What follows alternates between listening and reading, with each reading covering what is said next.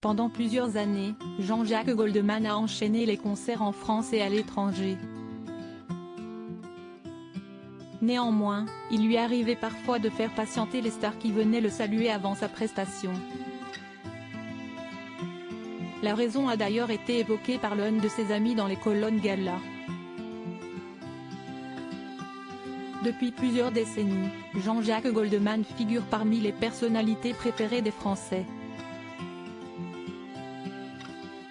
Son talent pour la musique est reconnu à l'international et fait de lui, jusqu'à ce jour, l'un des plus grands artistes de la scène française.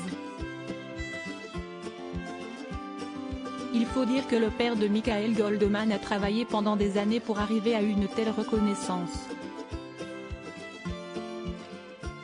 Son entrée dans le monde du 4e art se fait à l'âge de 14 ans lorsqu'il intègre un groupe de gospel dans une église située à Montrouge. Il s'intéresse ensuite au rock et joue de la guitare dans plusieurs groupes, bals et discothèques. Les années passent et Jean-Jacques Goldman gagne en célébrité à travers le monde. Ses collaborations avec des stars internationales, comme Céline Dion par exemple, font de lui un artiste incontournable.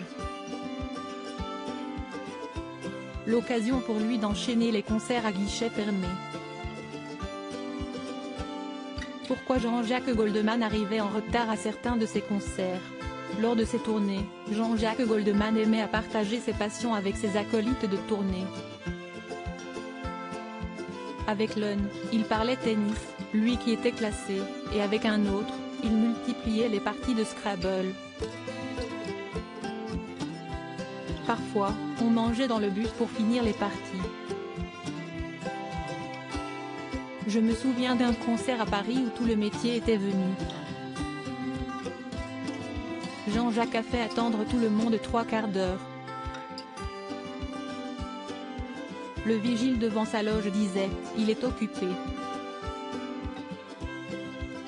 En fait, on était en plein Scrabble, a déclaré Eric Benzi, l'un de ses amis dans les colonnes de Gala. Une passion qu'il ne fallait surtout pas interrompre.